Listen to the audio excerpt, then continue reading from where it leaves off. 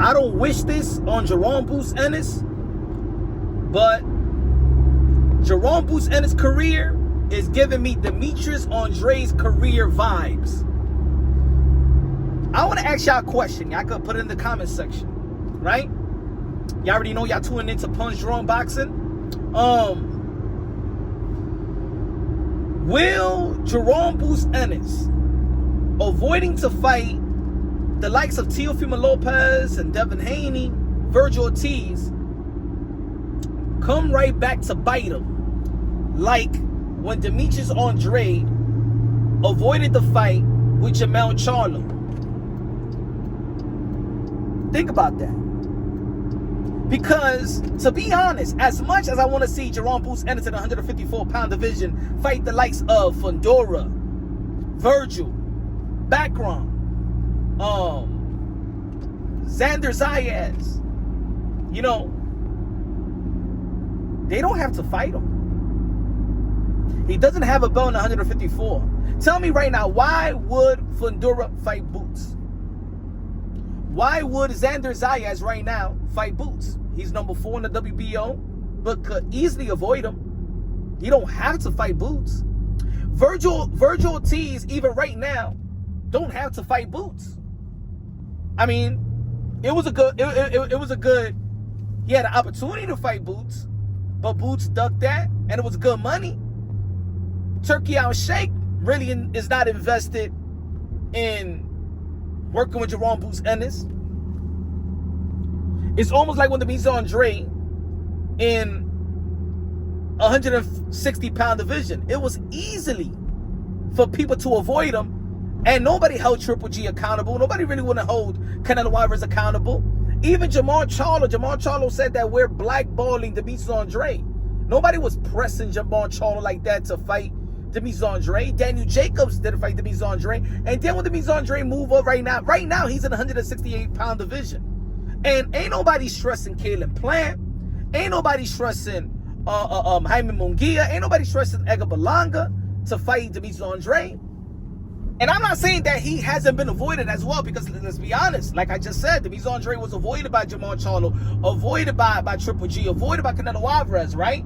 Avoided by Jaime Munguia, while Jaime Munguia was a mandatory challenger for Demetrius Andrade. Avoided by Billy Joe Saunders. Billy Joe Saunders popped 30, right? It's not like Demetrius Andrade was not avoided. He was heavily avoided as well. And let's not forget that Jaron Boots Ennis was calling out for the likes of Keith and Tom Thurman. And Keith and Tom Thurman, and remember in the beginning, said, I don't even know who Boots is.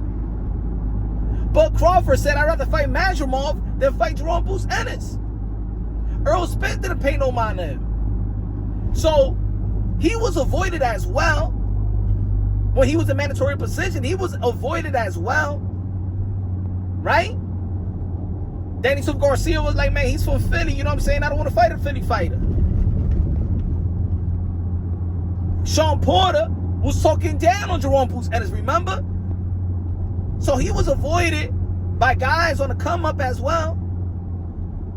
But he also avoided lucrative and great opportunities. Think about it, if Boots Ennis would have fought Teofimo Lopez and have Teofimo Lopez on his resume.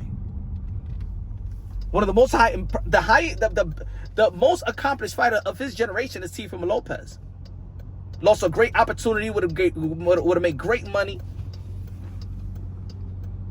Not saying that Teofimo Lopez also could beat him. I'm just saying that would have been. Imagine if he would have fought Teofimo Lopez and beat Teofimo Lopez, especially with the chaos and drama that he was bringing to the table as well. And there was a lot of people in the community, right, in the black community in the YTBC, that wanted somebody to whoop Teofimo Lopez, right? Jaron Boots Ennis was the guy, right, the poster boy that could damage or has the perception that he could hurt Teo, right?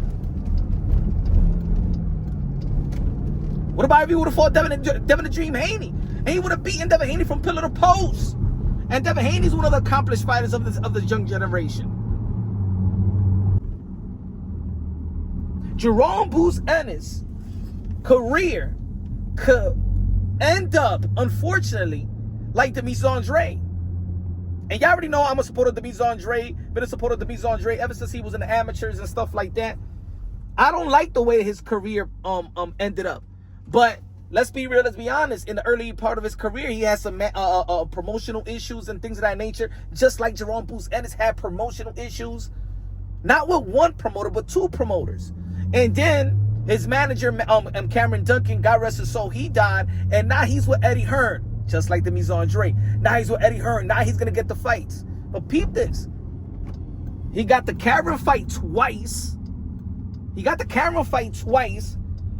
Stanionis to get his belt. Okay, but that's not like, wow, he beat Stanionis. The accomplishment is good, but the opponent was alright. And now they send the offer to Josh Taylor. I'm sorry, to Josh Kelly. He's 28 years old. 28 years old.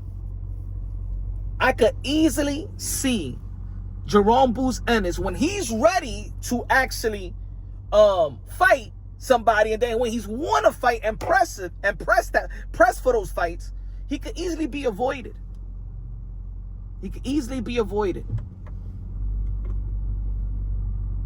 But because he avoided certain fights in the beginning. See, I believe that Jaron Ennis, at the point of his career, he needed, in my opinion, a name like Teofimo Lopez. And he would have been the favorite to win, right? Teofimo Lopez was moving up, daring to be great, the lineal champion in the 140-pound division. Jaron Ennis, the lineal champion in the 147-pound division. Demetrius Andrade made good money. Boots Ennis is making good money. Yeah, at the end of the day, he could easily be avoided because he avoided certain fights that probably would have aged well. If Demetrius Andrade would have fought Jermell Charlo, you already know that Jermell Charlo became an undisputed in the 154-pound division, right? It would have been, his resume would have been better than what he has. Remember, the only really noticeable name that a lot of people know is David Benavidez, and David Benavidez beat my guy Demetrius Andrade.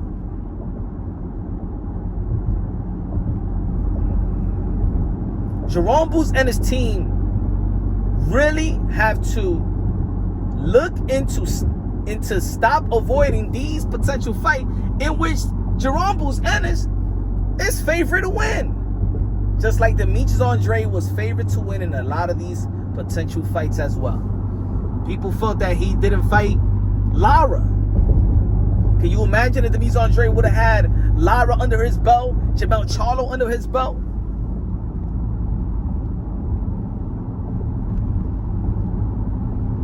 It's going to come to a point where Fundura, who is elevating his profile, elevating his pay, is going to say, why risk it with Boots? What does Boots have to offer me?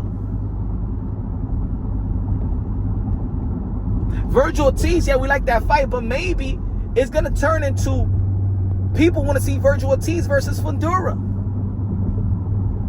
Maybe people want to see the Mexican versus the Puerto Rican in Vergil Ortiz versus Xander Zayas. Maybe people would just want to see Josh Kelly versus Conor Benn out there in the UK.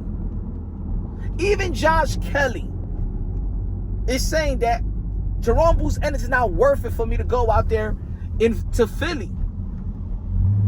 So even Josh Kelly that have an opportunity to fight the likes of Jaron Ennis, man, I'd rather go after Xander Zayas. Because what does Jaron Ennis in the 154-pound division has to offer? It's not like he has some great legacy. It's not like he's Bud Crawford with the legacy that he has moving up to the 154-pound division. Or even if Earl Smith is moving up to what he accomplished at 147, moving up to the 154-pound division. He's not even a Keith one Tom Derman. He's not even a Danny Swift Garcia yet. He got the skills. He passes the eye test, but he don't have a beautiful resume with accomplishments moving up, and then and look, and Jaron Ennis is not that vocal. At least Demetrius Andrade was trying to be vocal, pressing the fights, and he still didn't get those type of fights to the guys that he was pressing. He was pressing Triple G. He pressed Canelo Alvarez. He pressed Jamal Charlo. Still didn't get those fights. Jaron Boots Ennis don't bark. He don't create havoc. He don't create drama. He don't create chaos. Jaron Boots Ennis could easily, his career could very well end up like Demetrius Andrade. High risk, high reward. And I don't need to fight him. People hold Demetrius Andrade accountable. And looking at right now, Jaron Boots Ennis, how he's ducking these high-profile names, might come right back to bite him in the ass. Let me know what y'all think, man. Subscribe to the channel, smash the like button. Love you, God bless. And on to the next.